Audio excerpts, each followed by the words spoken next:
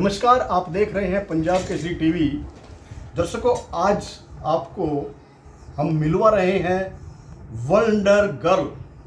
जी हाँ, wonder girl Jahnavi Pawar का नाम आपने सुना होगा, जिनके यूट्यूब पर भी 22 लाख से ज़्यादा इनके चैनल पर फॉलोअर्स हैं और इंस्टाग्राम पर भी 9 लाख से ज़्यादा इनके फॉलोअर हैं।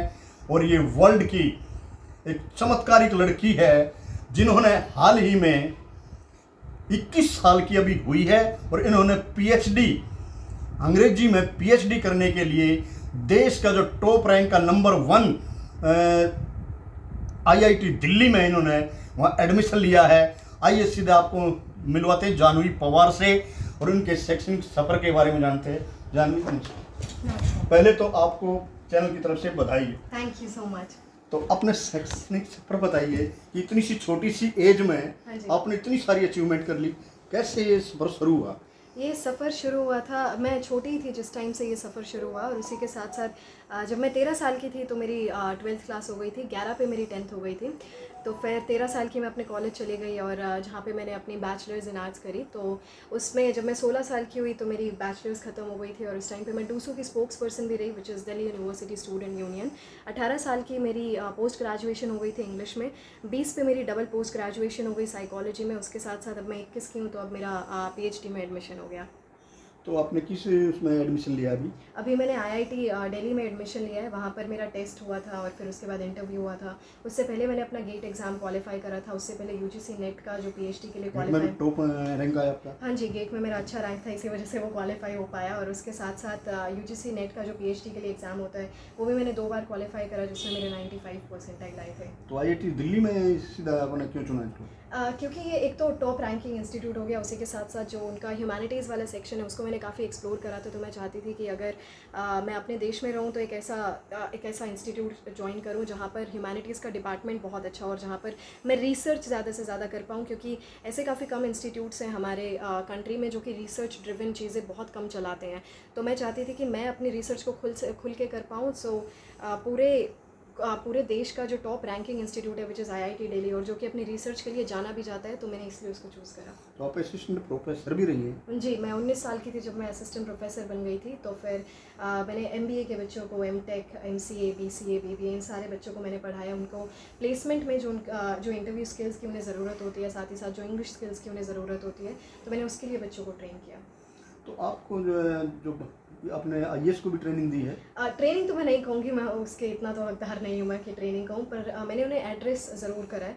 जब मैं 12 साल की थी तो मेरा IAS के साथ पहला सेमिनार था, जहाँ पे मैंने उन्हें एड्रेस किया था। एक 15 से 20 मिनट के लिए एक स्पीच थी मेरी। तो उसके बाद ऐसे काफ़ी सारे इवेंट्स आते गए जहाँ पर मैं उन्हें कभी ना कभी ऐसे एड्रेस करती ही रहती हूँ। जाह्नवी जो वंडर गर्ल कैसे बनी?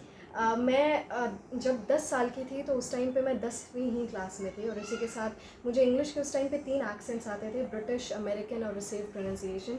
साथ ही साथ जो हमारी जनरल नॉलेज होती है, तो मैं और मेरे फादर जनरल नॉलेज पे बहुत बात करते हैं। तो जनरल नॉलेज में जिस तरीके से हमारे रिवर्स कहाँ पर हैं, लेक्स कहाँ पर है, माउंटेन्स क्या है, कंट्रीज़ में किस में ज़्यादा पॉपुलेशन है, तो इन सारी चीज़ों पर हम बात करते रहते थे। उसकी मेरी नॉलेज बढ़ती गई। और इसी के साथ साथ 10 साल में 10th में होना, तो ऐसे बहुत रेयर ऐसे बच्चे जिन्होंने ऐसा कभी कुछ किया, तो उस वजह से मुझे ये टाइटल दिया गया था वंडर गर्ल ऑफ इंडिया। और CBSE में भी आपने अचीवमेंट की थी, जो 12 साल है? जी, जब मैं 13 साल की थी तो मेरी 12th क्लास हो गई थी। 12 साल की थी जब 12वीं में एंटर किया, तो होते होते 13 की हो गई थी। तो CBSE की मैं पहली ऐसी बच्ची थी जिसने 13 साल पे 12th क्रॉस करी है, तो इसके लिए मेरा इंटरनेशनल बुक ऑफ रिकॉर्ड्स में नाम भी है। तो CM साहब वंडर हुडा ना? जी, मैं जब 10वीं क्लास में थी तो उस टाइम जब हमारे एक CM थे भूपेंद्र सिंह हुड्डा जी, तो उनसे मैं मिली। उन्होंने मुझे 5 लाख रुपए का इनाम भी दिया था उस टाइम पे। उसके बाद जब मैं 12th में थी तो उस टाइम पे हमारे एक CM जो कि मनोहर लाल खट्टर थे, तो मैं उनसे भी मिली थी। उन्होंने भी मुझे काफ़ी सम्मानित किया। उनसे मैं 2-3 इवेंट्स पे अलग अलग मिली। So it is always been a privilege and honour. तो आपने इतनी सारी अचीवमेंट की है, तो आपको ये आपके फादर क्या करते हैं? मेरे फादर एक गवर्नमेंट टीचर हैं। तो फिर मेरे फादर को हमेशा से पढ़ने का बड़ा शौक़ रहा है और मुझे पढ़ाने का भी बहुत शौक़ रहा है। मुझे बहुत सारी मेरे साथ बात करते हैं अलग अलग चीज़ों को लेकर। तो वो जितनी बात करते रहे मेरे साथ, तो उतनी मेरी नॉलेज बढ़ती गई, उतनी क्यूरियोसिटी बढ़ती गई। तो उस हिसाब से मेरे फादर ने हमेशा बात करी और मुझे सिखाया। मदर मदर क्या करती है? मदर मेरी हाउसवाइफ ही हैं सिर्फ, और वो घर पे रहती हैं, पर हमें सिखाने में उनका जो मेरी प्राइमरी जो एजुकेशन थी उसमें मेरी मदर का बहुत कंट्रीब्यूशन रहा है। मतलब मम्मी पापा ने आपको पंख लगाए हैं उड़ने के लिए? बिल्कुल लगाए हैं, बिल्कुल। उन्होंने मुझे उड़ाया भी है, सिर्फ पंख नहीं लगाए, उड़ाया भी उन्होंने ही है, तो उनके लिए तो मैं बहुत हमेशा ही ग्रेटफुल रहूँगी। तो अभी जब जैसे मैंने बताया आपने PhD करने जा रहे हो IIT दिल्ली से, तो उसके बाद का क्या आपका लक्ष्य है? उसके बाद मैं ये चाहूँगी, एक तो मैं अभी मेरा ये रिसर्च का इसलिए मैंने इंग्लिश से करनी शुरू करी है क्योंकि ताकि मैं अपने फील्ड की नॉलेज और अच्छे से ले सकूँ, इसकी मैं बिल्कुल रिसर्च में उतरूँ, बिल्कुल डेप्थ तक जाऊँ, ताकि जब मैं लोगों को सिखाऊँ तो मेरे पास उतनी एम्पल नॉलेज हो कि मैं लोगों को ढंग से सिखा सकूँ। और इसके बाद मैं चाहती हूँ कि मेरे देश के जो बच्चे हैं वो काफ़ी पीछे रह जाते हैं सिर्फ एक भाषा की वजह से, तो मैं चाहती हूँ कि वो घर घर तक, चाहे गाँव का बच्चा हो चाहे शहर का बच्चा हो, उन्हें वो भाषा आए, अपनी मातृभाषा तो आए ही आए, क्योंकि अभी हमारे बच्चों में क्या है, हम दोनों भाषा में से कोई सी भी ढंग से बोल नहीं पाते हैं। और जो हमारी काफ़ी सारी बुक्स हैं, खासकर जो बच्चे प्राइवेट स्कूल्स में पढ़ते हैं, मम्मी पापा उन्हें प्राइवेट स्कूल्स में भेजते हैं, तो उनकी जो बहुत सारे सब्जेक्ट्स हैं वो इंग्लिश में ही होते हैं। तो अगर उन्हें वो लैंग्वेज ही आ जाए तो वो उनके लिए वो सब्जेक्ट्स का जो मैटर है उसे सीखना और उसे पढ़ना और उसे समझना उनके लिए आसान हो जाएगा। तो मैं ये तो नहीं कहूँगी बिल्कुल आसान हो जाएगा, पर जब आपको लैंग्वेज आ जाती है, आप जब अपने आइडियाज़ को अच्छे से रख पाते हो, आप अपने जो थॉट्स हैं आप उन्हें अच्छे से एक्सप्रेस कर पाते हो, तो वो आप लैंग्वेज के थ्रू ही कर सकते हो। तो मैं चाहती हूँ हमारे देश का हर बच्चा इंग्लिश सीखे और मैं उसी तरफ काम करूँगी। आजकल जो ट्रेंड चल रहा है इंग्लिश मीडियम पढ़ाने का है जी, लेकिन इंग्लिश मीडियम पढ़ते पढ़ते हमारे जो बच्चे हैं वो अपनी भाषा को नहीं बोल पाते।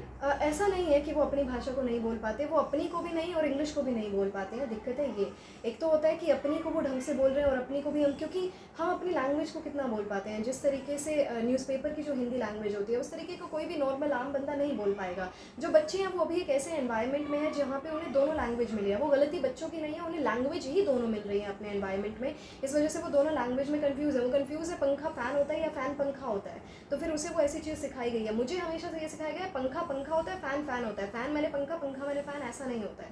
तो फिर उस तरीके से अगर बच्चों को हम एक ढंग के पाथ के टुवर्ड्स लें या फिर एक ढंग के स्ट्रैटेजी के साथ पढ़ाएं तो फिर बच्चे जो हैं दोनों लैंग्वेज में अपना अच्छा कर सकते हैं। आजकल प्राइवेट स्कूल में नंबर गेम है जी, नंबर बहुत ज़्यादा आते हैं, इतने 90% मतलब 99% तक मार्क्स लेते हैं, लेकिन जब जीवन में निकलते हैं कुछ भी नहीं।